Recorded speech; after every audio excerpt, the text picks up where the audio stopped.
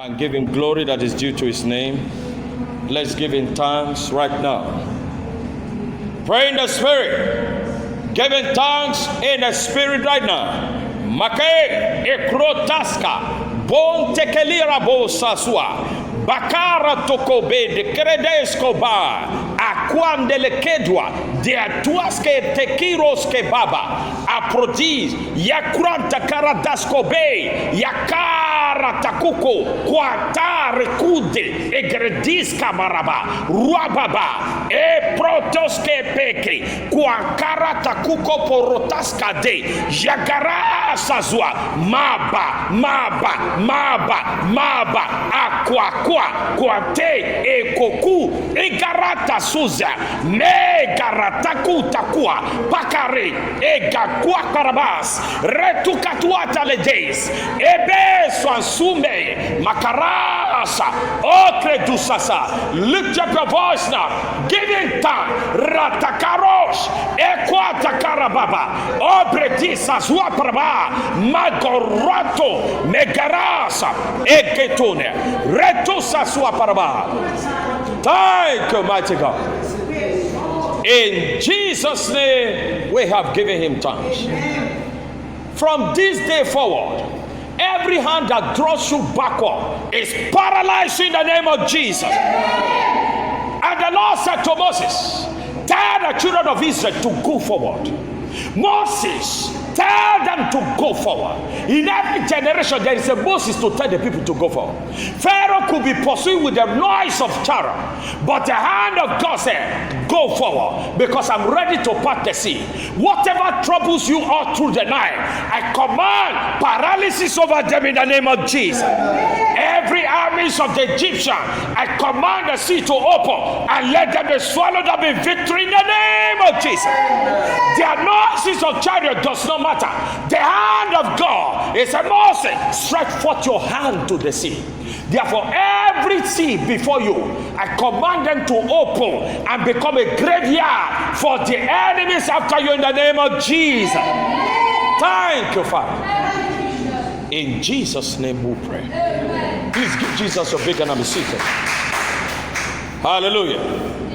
I welcome every one of you into this great service time, a time of refreshing in the presence of God. The theme of this assembly is perfecting holiness in the fear of the Lord. And we have our Sunday teaching series, The Acceptable Sacrifice, and today marks the part 4 of that series.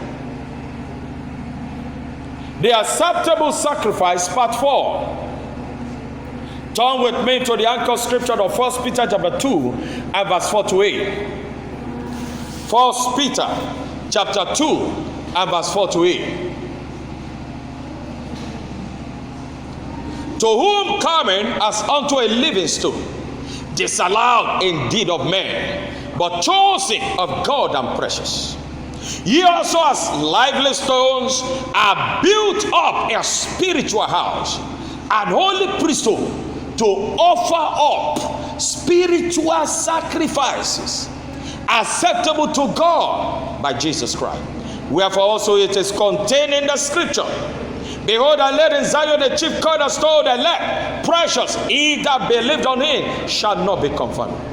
Unto you therefore which believe is precious, but unto them which be disobedient, the stone which the builder disallowed, the same is made the head of the corner, and a stone of stumbling, and a rock of offense unto them which stumble at the wall, being disobedient, whereunto also they were appointed.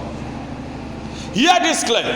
Sacrifices are odor of sweet smell unto God. And God demanded that his sacrifices are to be binded with cords, even unto the horns of the altar of God. Psalm chapter 118 and verse 27. Psalm 118 and verse 27. God is the Lord which has showed us light. Then he said, bind the sacrifice with cords, even unto the horns of the altar. Bind the sacrifice with cords, even unto the horns of the altar. When God demanded the sacrifice of Isaac from Abraham, it was to test the fear and the honor of God in him. It was to test the fear and the honor Abraham had for God. When they demanded for the sacrifice of Isaac, God was to test the fear and honor that Abraham claimed he has for him. For all that we offered as sacrifice unto God are the work of his hands. He did not need us to obtain them, but offering them back to him willingly is a proof of our fear and honor unto God.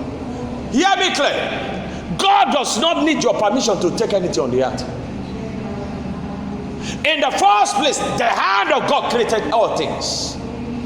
But he allowed us to offer a sacrifice to him to prove our honor and fear unto him. Genesis 22 and verse 1 to 17.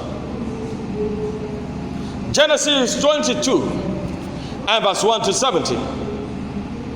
And it came to pass that after this thing, that God did tempt Abraham, and he said, behold, here am I. And he said in verse 2, take now thy son, thy only son, Isaac, whom thou lovest, get into the land of Moriah, offer him there for a burnt offering upon one of the mountains, which I will tell thee of.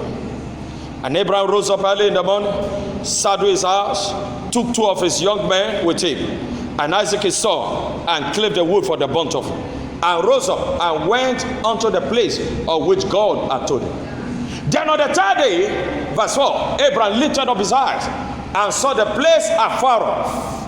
And Abraham took the wood of the burnt offering and laid it upon Isaac his son, and he took the fire in his hand and a knife, and they went both of them together. Verse 9. And they came to the place which God had told him of, and there Abraham built an altar there and laid the wood in order, and bound Isaac his son and laid him on the altar upon the wood. And Abraham stretched forth his hand and took the knife to slay his son. And the angel of the Lord called unto him out of heaven and said, Abraham, Abraham. And he said, here am I. And in verse 12 he said, lay not thy hand upon the lad, neither do thou anything unto him. For now I know that thou fearest God. See, thou hast not withhold thy son, thy only son, from him. Lay not thy hand upon the lad, neither do thou anything unto him. For now I know that thou fearest God. See, thou hast not withhold thy son, thy only son, from him. And Abraham lifted up his eyes and looked, and behold, behind him a ram caught in a thicket by his horn. And Abraham went and took the ram and offered instead of his son Isaac. Verse 15. Again, and the angel called unto Abraham out of heaven the second time. Now verse 17. That in blessing I will bless thee, and in multiplying I will multiply the seed as the stars of heaven, and as the sand which is upon the seashore. And the seed shall possess the gate of his enemy. Every time we offer an acceptable blessing sacrifice unto God, God releases a sworn blessing. Every time we offer an acceptable sacrifice unto God, God releases a sworn blessing. And that blessing is always in line with what he called us to do on the earth. Every time man offer an acceptable sacrifices unto God, God releases a sworn blessing in line with what he called you to do on the earth. In Genesis 17 and verse 4, God already made a covenant with Abraham, and he said, as for me, behold, my covenant is with thee, thou shalt be a father of many nations. So in Genesis 17, God called him to be a father of many nations. And in Genesis 22, after you offered the sacrifice, then God gave a sworn blessing over what he called him to do. He said that in blessing I will bless him, and in multiplying I will multiply the seed as the stars of heaven, as the sun which is upon the seashore, and the seed shall possess the gate of his enemy. Meaning, I have put a blessing over you to be a father of many nations. And that blessing came when the sacrifices went up to God. But when Abraham obeyed to offer Isaac as a burnt sacrifice unto God, the hand of God fortified him. The hand of God fortify you. When you offer an acceptable sacrifice, the hand of God fortify you in that place. We had an experience here in 2 Kings chapter 3. The king of Moab was in a battle with Israel. And Israel were defeating them and destroying their city. And the king of Moab was losing the battle. But hear me clearly. When the king of Moab saw that the battle was becoming tough, the Bible said he offered the sacrifice to an idol. And suddenly an indignation rose up against Israel. And Israel fled from his presence. That's why if you read the scripture, in every battle that the king of Israel must go, they offer a sacrifice to God. Every time a sacrifice is offered, that sacrifice fortifies the hand of God over your life for success. So offering a sacrifice is to the advantage of man. It is not to the advantage of God. God needs not your permission to take anything on the earth. If he need 1,000 cattle, he created it. He can still create more for himself. But offering it causes the hand of God to fortify you to succeed in anything. Look at what happened to this king. 2 Kings chapter 3. And we read from verse 24. 2 Kings chapter 3 and verse 24 to 27. 2 Kings chapter 3 and verse 24. And when they came to the camp of Israel, hear this, the Israelites rose up and smote the Moabite, so that they fled before them. But they went forward, smiting the Moabite, even in their country. They pursued them even into their country, and were destroying them. Look at verse 26. And when the king of Moab saw that the battle was too sore for him, he took with him 700 men that drew sword to break through even unto the king of Edom, but they could not. They could not. Now verse 27. The unthinkable happened here. The unthinkable happened. Then he took his eldest son that should have reigned in his stead, and offered him for a burnt offering upon the wall. And there was great indignation against Israel. They departed from him and returned to their own land. When he offered his own son, who was to become king, when he died, he offered him a man that should have ruled. Strange indignation rose up against Israel. Acceptable sacrifice offered unto God, he fortified his hands upon the man. When we offered an acceptable sacrifice unto God, it fortified the hand of God for you to succeed in the calling he has called you. Beware not to kick against the sacrifice of God. It leads to the curse of human life. When people kick against the sacrifice of God, they don't know what they are doing. Beware not to kick against the sacrifice of God. It leads to the curses of life. It leads to curse. In 1 Samuel chapter 2, God cursed the house of Eli with infant death because they kicked against his sacrifice at the altar.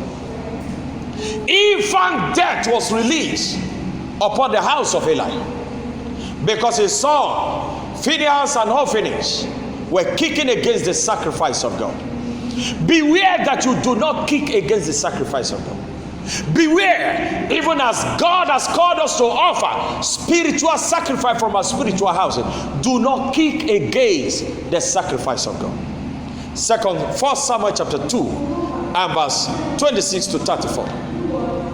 And the child Samuel grew on and was in favor both with the Lord and also with men. There came a man of God unto Eli and said unto him, Thus said the Lord, did I plainly appear unto the house of the father when they were in Egypt in Pharaoh's house?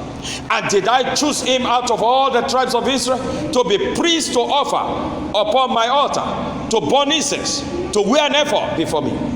And did I give unto the offerings made by fire of the children of Israel? Wherefore kick ye at my sacrifice, verse 29. Wherefore kick ye at my sacrifice, and at my offering, which I've commanded in my habitation, and honorest the son above me, to make yourself fat with the chiefest of all the offerings of Israel, my people. Verse 30. Wherefore the Lord God of Israel said, I said indeed that the house and the house of the father should walk before me forever. But now the Lord said, be it far from me, for them that honor me I will honor, and they that despise me shall I lightly esteem. Behold, the days come that I will cut off thy arm and the arm of the father's house, that there shall not be an old man in the house. Woo! Kicking against the sacrifice, there shall not be an old man in the house. This curse brought about the death of Eli and his two sons, Hophni and Phinehas, in verse 34. And this shall be a sign unto thee that shall come upon the two sons, on Hophni and Phinehas. In one day they shall die, both of them. And hear me today, they actually died, two of them at the same time. Their father died, the two sons died. The daughter-in-law, the wife to one of the sons also died. Death just swept the house in one blow, and God cut off the house from him. Because why? They kicked against the sacrifice of God, which God commanded from his house. Beware not to kick against the sacrifice of God. It leads to a curse of infant death. Even as God has called you and I to offer the spiritual sacrifice from our spiritual house, do not kick against the sacrifice of God. Understand that the sacrifice of animals in the temple is done away after Christ, the last human sacrifice, was offered unto God. We are called to offer spiritual sacrifice from our spiritual house. 1 Peter chapter 2 and verse 5. I'd like us to read it together. 1 Peter chapter 2 and verse 5. Ye also, as lively stones, are built up a spiritual house, an holy priesthood, to offer up spiritual sacrifice acceptable to God by Jesus Christ. We are called to offer spiritual sacrifice from our spiritual houses. We are called to offer spiritual sacrifices from our spiritual houses. Our heart is the altar where the sacrifices are placed. We are the stones. Our heart is the altar, and we are called to offer spiritual sacrifice. But beware not to kick against the sacrifice of God. It leads to the curse of infant death. Now quickly, what are the spiritual sacrifices? What are the spiritual sacrifices that God expects us to offer? What are the spiritual sacrifices? What are the spiritual sacrifices? Number one, your financial giving to God's work. What are the spiritual sacrifices God expects us to offer from our spiritual houses? Number one, your financial giving to God's work. Your financial giving to God's work.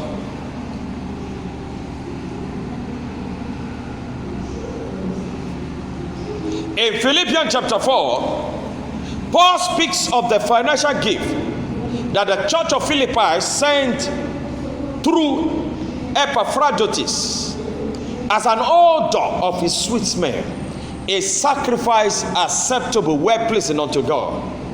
When we give the funding, when we give to the funding of God's work on the earth, God spent it in heaven. The giving is done on the earth, but he received it in heaven. The giving is done on the earth, funding the work of the Lord, fronting by with your finances. It is given on the earth, but God spends it in heaven. And the Bible said it is an odor of his sweet smell sacrifice. God smell it in heaven. Philippians chapter 4 and verse 15 to 19. What are the spiritual sacrifices God is expecting from you to offer from a spiritual house? Number one, your financial giving to God's work. Philippians chapter 4 and verse 15 to 19. Now you Philippians know also that in the beginning of the gospel, when I departed from Macedonia, no church communicated with me as concerning giving and receiving. But ye only, for even in Thessalonica, you sent once and again unto my necessity. Not because I desired a gift, hear this, but I desire fruit that may abound to your account. Not that I desire a gift from you, but it is a channel of creating gifts. It is a channel of creating fruits that may abound into your account. But I have all and abound, and I'm full, having received of Epaphroditus the things which were sent from you, an odor of a sweet smell, a sacrifice acceptable, well pleasing to God. But my God, verse 19, shall supply all your need according to his riches in glory by Christ Jesus. Those that fund projects in God's house are sending odor or sweet smell to God's throne in heaven. Those that fund projects. Some people hear about the needs in the house of God, they shut their ear. But the Bible says, not that I desire a gift from you. Philippians chapter 4 and verse 17. Not because I desire a gift from you, but I desire fruit that may abound to your account. Imagine you spent 35 years in civil service. You never stood for any project in God's house. Where is the account for you in heaven? Everything we do, God records them. Not that I desire a gift, but I desire a fruit that may abound in your account.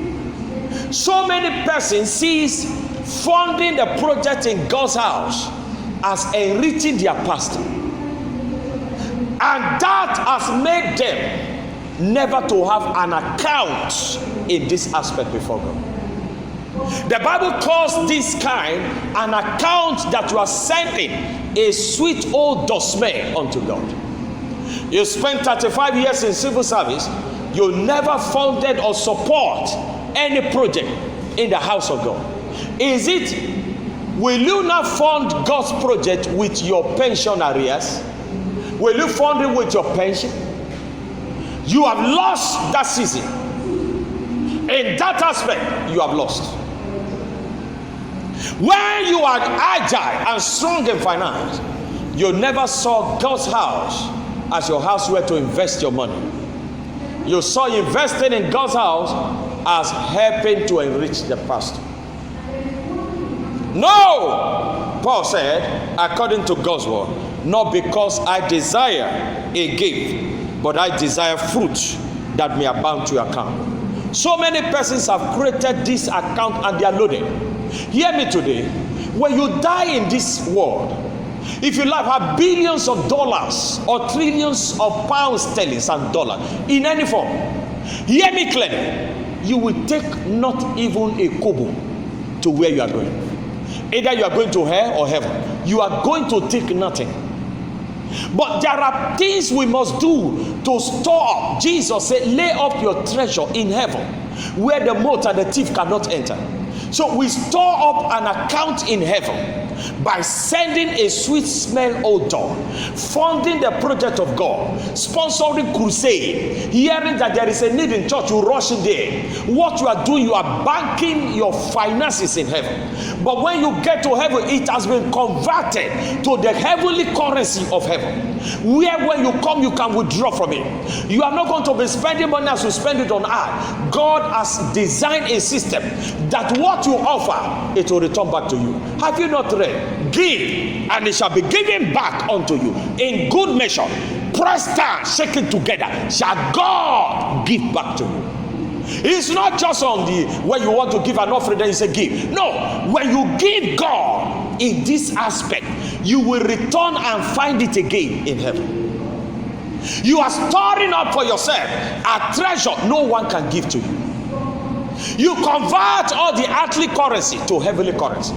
When you hear that there is a crusade going on in your church, and you say, sir, can I be part of it? I don't have money, but I have strength to follow you to the crusade. It's not about money.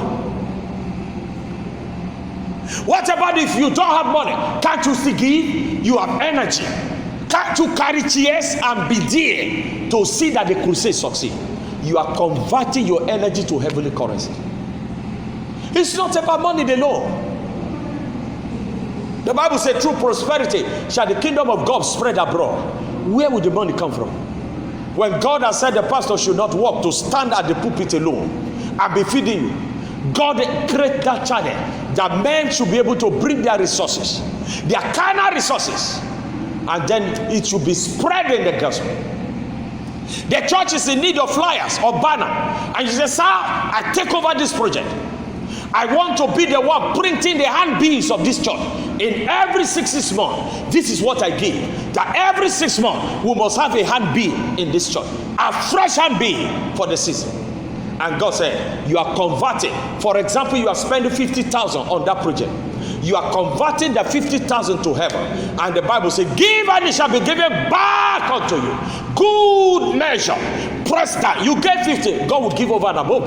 That's what it's called. Pressed down, shaken together, shall men give back to you. But you sat in the church. Every time there is a need, you care not. You always program your mind that giving to the church is enriching the pastor. You have killed yourself. You will get to heaven, your account is empty in this aspect. It said, not because I desire gift, but I desire fruits. Verse 17 of Philippians chapter 4, that may abound to your account. I desire fruit. Abound means it will stay. When we say abound, it means something stay inside your account. And it can only stay when you give unto him. What are the spiritual sacrifices? Number one, your financial giving to God's word. And number two, the sacrifice of faith. Number one, your financial giving to God. Number two, the sacrifice of faith. The sacrifice of faith. Philippians chapter 2 and verse 16 to 21. What are the spiritual sacrifice? Your financial giving to God's word. And number two, the sacrifice of faith. Philippians chapter 2. Turn with me to Philippians chapter 2 and verse 16. The sacrifice of faith, number two. Holding forth the word of life, that I may rejoice in the day of Christ, that I have not run in vain, neither labored in vain.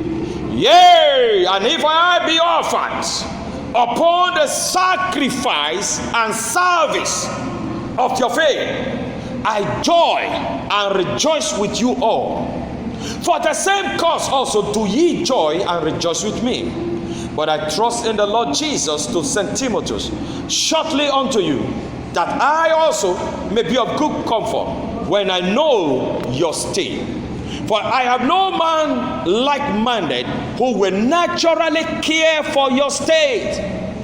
For all seek their own, not the things which are Jesus Christ. For all seek their own, not the things which are Jesus Christ. For all seek.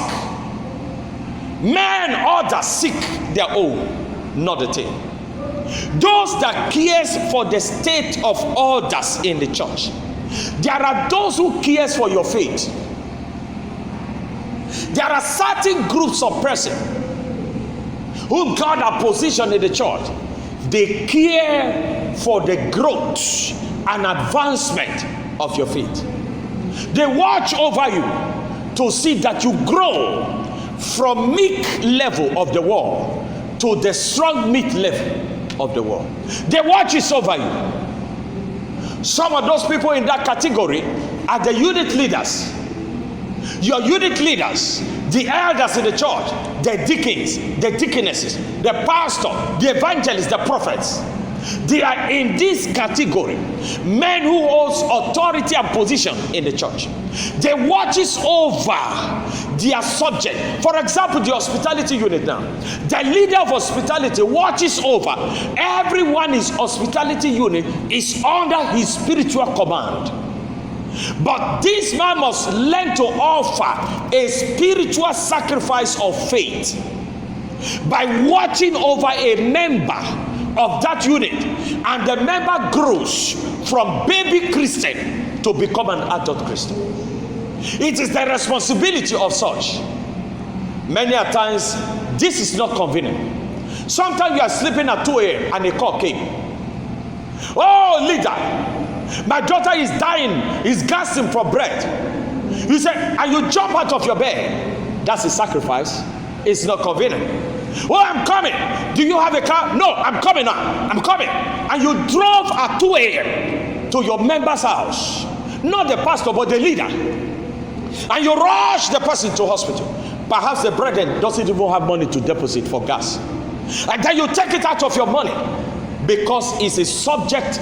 You are the leader and it's your subject. And you pay. It's a sacrifice. When that child becomes healed and strong, do you know you are strengthening the faith of that brethren in that church? The brethren sees love and his stand for God has changed. You have grown that man from a baby Christian to an adult Christian, and God expects us to offer such sacrifices. The Bible says, for all of them seek their own, none cares for others. God is looking for those who will offer this sacrifice, who don't care about themselves, but they care about others. Many a time as a pastor, we've been subjected to fast and emergency fasting for a member to have a breakthrough in his life. And when that member had a breakthrough, we rejoice even more than the member, because we have an authority to watch over them, to see that things work well with them. But there are groups of people, the Bible says, for all seek their own and not the things which are Christ.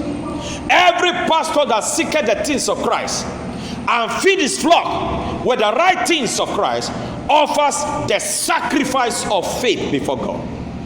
They offer a sacrifice. We must come to the level where we do not seek things of our own. My brethren, if I seek things of my own, the funding that God gives me as a personal fund will not enter this church.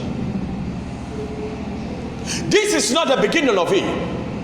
Even when a pastor in Living Faith, when people give me special gifts, I call the accountant and I say, take it and add it to the fuel of the church tomorrow. Take this gift, add it to the fuel, because everybody must sacrifice something to God. In the first place, it is God that gave to you. I have done that severally over and over. I have sacrificed myself to be a driver to members, driving members to church and taking them back. If you make heaven, is it the mansion will they give to me? Everyone that gets to heaven doesn't share his mansion with anybody, don't you know? But it's a sacrifice you must do to encourage the member to come to church and to be strong in faith.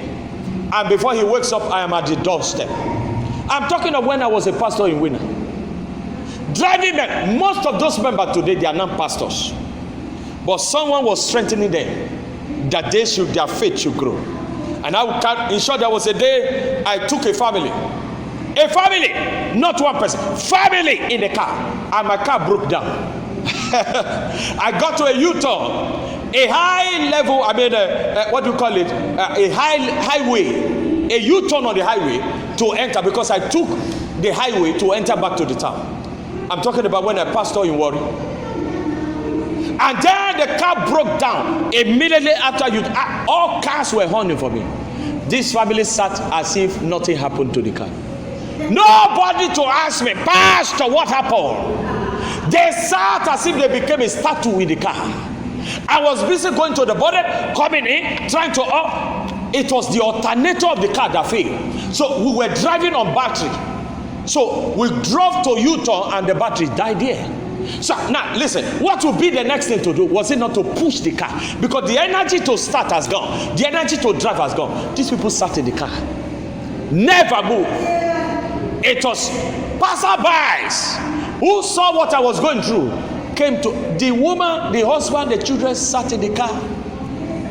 And they were pushing there. The man got ashamed and came out and also put one hand to be pushing also. And we pushed to the other side. The next day I fixed the car. And another Wednesday, I went to pick them up. Today, they are not just members, they have become pastors in that same assembly where I left. They are not part-time pastor, I mean full-time pastor now in Living Faith. Not one, not two. We have the responsibility of watching over people. It's a sacrifice. It will be painful. Naturally, such a person, you are not supposed to go and pick him again. Are you getting it? Because that's a person that when your car is in trouble, you sit down like. But I went to pick them. And someone asked me, are you going to pick them again? I said, I'm on my way. To pick them up. But today they are pastors. What sacrifice did you sacrifice to see someone faith grew from a baby Christian to an adult? It's a sacrifice that God demands from you. The death of Stephen was not for his family. Hear me? The death of Stephen, the Stephen in Bible, he died because he was nurturing the young believers to become strong in faith. And they came against him and said, they caught him blaspheming. He never died for a business of his own. He never died for his family business. He died trying to nurture the faith of others. Every apostle of Jesus Christ died not for their own business.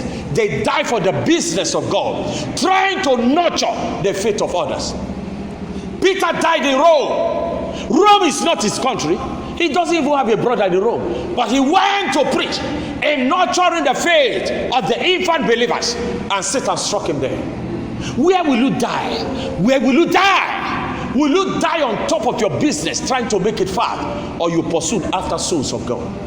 Hear me. The Bible says, for all seek their own, not the things which are Jesus Christ. For all seek. Will you go that way? You must withdraw yourself back and now focus on the sacrifice of faith to see the members that have lost faith in coming to this church. You go for them.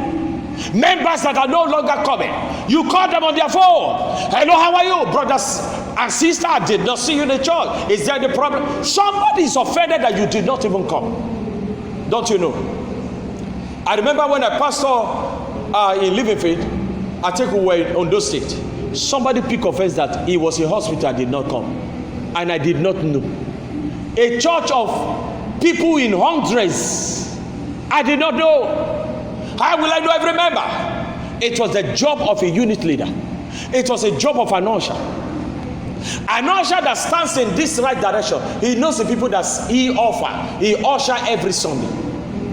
When you see not one, could you not ask, this sister that likes sitting at the right front side? I did not say, sister, you two of you used to sit here together. Did you know the house of this sister? And then they go there on their own personally to visit. The Bible says all seek their own. Nobody seeking for God. That sister will be joyful to have come. Let me tell you something. I got excited when I received a letter from Bishop Abioye. When I first joined Living Faith Church in 2001, and I received a letter from him congratulating me to have come to church. And I look at the letter. What? Bishop Abioye wrote me a letter? That kept me till tomorrow. And I became a member of that church. Someone was always visiting me. I remember the brother. That brother now is a pastor. He has his own church now. He comes to visit me. And when he visits me, It will encourage me in faith. Take me to an home cell, and I heard the word of God, and I began to grow. Someone was watching over my spiritual life.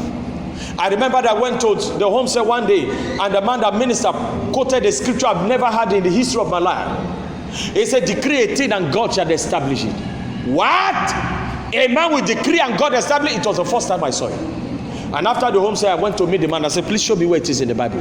And the man sat me down for another 15 minutes and taught me the word of God. I grew today. I grew from somewhere. Somebody watch over me.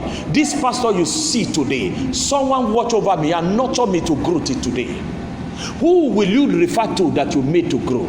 For all seeketh their own. It's not supposed to be in the house of God.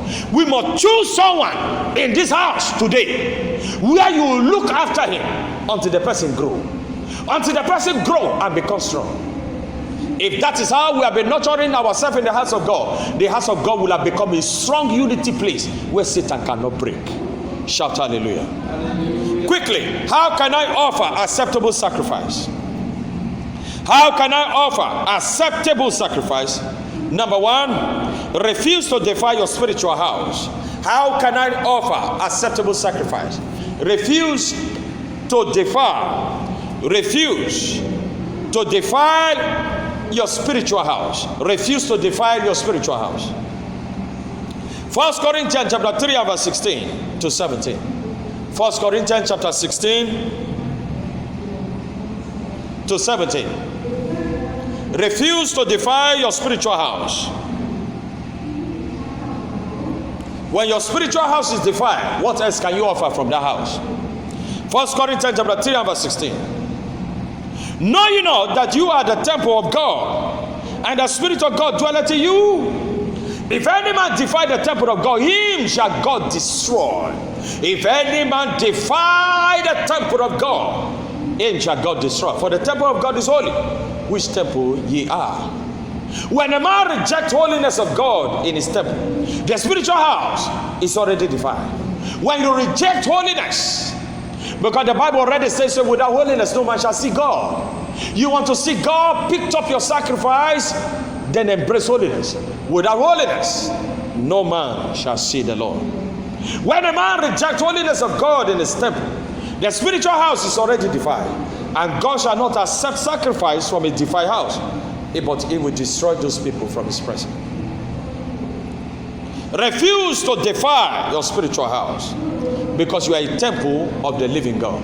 Do not defile your spiritual house. Don't defile your spiritual house with immoralities. Don't defile your spiritual house with sin. Don't defile your spiritual house with iniquities. Then God will accept you. Live a life of holiness. Refuse to defile your tongue with lies. You can't believe the tongue that the man used to pray is the same tongue he used to lie. How do you imagine that? You have just lied, and the lie is still on the tongue. It's coming out like smoke. And then you go in the presence of God. Oh Lord, have mercy. Mercy where? The tongue is still bringing out smoke of lies. You have defied yourself. Refuse to defy yourself what you hear, what you see. Job said, I made a covenant with my eyes, whereupon shall I look upon a maid. Make a covenant with your ears and with your eyes, with your tongue, with your body. What will you hear? What enters your ear? You must make a covenant with God. If your sacrifices will be acceptable, then enter into a covenant with God. A covenant of not defiling yourself. What your eyes see, there are so many naked demons walking on the street today. Naked human demons, they are walking on the street. And you look as a man who drives, you look until you are about to jam the person in your front. You have no self-control to yourself. When you see these naked demons, they are not for you. They have naked themselves for their customer. Look and take your eyes away. Because what you look, it has a picture of replaying it in your heart and bringing in immorality in your house. You have defied your house. That person who dressed naked has fulfilled his own portion. He is a servant of the devil. He has fulfilled. Because what you see draws a picture inside you. So you must be careful of what you look. You must be careful of what you hear. You must be careful of what you say. Therefore, you keep your body as a living sacrifice. In Job 31 and verse 1, I'd like us to read it together. Refuse to defile your house. Job chapter 31 and verse 1. Hear what Job says here. Job 31 and verse 1. Are we all there? Now let's read. 1 to go. I made a covenant with my eyes. Why then should I think upon a maid? Did you see that? Why? I have made a covenant. I will not look at anything. I have made a covenant. Why then should I look upon a maid? Someone dressed with a pant and is going. He's fulfilling his own desire, the agenda of Satan. Why do you have to look until your neck is broken? Make a covenant with your eyes what you see. Make a covenant with your ears what you hear. Somebody came to your office and is about gossiping about your boss. You see that man is very greedy. They sent 10 million naira as interest last month. The money disappeared. Tell the person, let's pray for him. Because whatever you discuss there does not change anything. Don't you know? It's just all gossip. It gives you heart to hate. What that gossip will do at the end of the day, it will give you a pre-notion to hate your boss. And you will not be able to work successfully with him. Because what that person says, it stays in your heart as a magnet. It becomes a template to judge your boss. You are not to judge him. God is to judge him. When they bring such gossip, say, let us pray for him. And quickly start a prayer. Father, in the name of Jesus, I pray for my boss. The person will stop coming with that. Somebody came and said, do you see my neighbor? My neighbor is not sleeping at home. He's sleeping with all kinds of blue and green. Let us pray for him. When they know that anytime they come that let us pray for him, they stop bringing it to you. Don't defile your body. It's a temple of the living God. Guide it jealously. It is where the spiritual sacrifice are offered. Rise upon your feet right now. Is somebody blessed today? Is somebody blessed? Give Jesus a big hand right now. Give him the biggest clap offering right now. Hallelujah. We are going to pray. But before we pray, in case you need to rededicate your life to Jesus. When Jesus dined with his disciples, he asked them one thing. He said, lovest me more than this? Did you love Jesus? Do you love him more than what you are saying? He said, feed my lamb, feed my sheep, feed my lamb, feed my sheep. He's not talking to the pastor alone. Even the unit leaders, they are to feed the lambs under them. Lovest me more than this? Feed my sheep. How many times has your unit member called you and you have responded without grudging? How many times? How many? How many times? As my little years as a pastor, I have seen people take authority, take leadership in church and never function as leaders. Never. They just occupy that seat for nothing. You'll be judged. You are an home cell leader and your home cell member is about to deliver in the hospital. The wife is pregnant and she's about to deliver. The husband has traveled for an emergency office meeting. And the only person this woman knows is the home cell, and you are the home cell leader. And they call you, Daddy sir, please, I'm about to deliver and it's 2 a.m. You say, I will call you back and you switch off your phone. Is that how to be a leader? You switch off your phone because you have a work to catch up tomorrow. God is watching. You have never offered a spiritual sacrifice before God. If nobody query you in that department, God is watching. We must learn that all our years of life, we must offer a spiritual sacrifice before God. I'd like you to pray. Lord, give me a heart to be able to lay sacrifice acceptable before you. Pray for yourself. Pray for yourself. Give me a heart to offer an acceptable sacrifice all the days of my life. I must have an acceptable sacrifice before God. Give me that heart, Lord Jesus. Give me that heart, Lord Jesus. Give me that heart, Lord Jesus. Maria Tokobarete Skada. Jegereko Pranda Karabosh. Brote. Pekus Kataba. A heart, O Lord. A heart, O Lord. To offer an acceptable sacrifice before God. A heart, O Lord. To offer an acceptable sacrifice before God. A heart. A heart. A heart. A heart. A heart. Thank you, mighty God. In Jesus' name we pray. But Father, I pray for you. In 1 Chronicles chapter 11 and verse 17, something happened here. In 1 Chronicles 11 and verse 17, David was thirsty. In verse 17, and David longed and said, oh, that one would give me drink of the water of the well of Bethlehem. Oh, that someone would give me of the water from the well of Bethlehem. That is at the gate of the Philistines. The Philistines were there. They were standing at the gate. And David said, oh, I long someone to go and fetch water for me. The Bible says, and 3 men broke through the host of the Philistines, in verse 18, and drew water out of the well of Bethlehem. And they brought the water that they took, and they brought it to David. Hear this clearly. David was thirsty. That was why he needed that water. But when that water came, hear what the David did. The Bible said David poured the water back onto God. He was thirsty. They brought water. But he poured the water back to God. Yes, we will always have needs before God. We will always have needs. But when we place the needs of God above our need, it is called what is called a sacrifice. Many people give God what is called leftovers. It's no more a sacrifice. It's no longer a sacrifice when it is a leftover. I long for the water of Bethlehem. I'm thirsty. But the verse 18, the Bible says, but he poured it unto God and left his own thirstiness. The Bible didn't tell us how he quenched his own thirst. Maybe he had to go to another village after the war. But the water they brought for him as a king, he poured it to God. Let us stop this idea of giving God a leftover.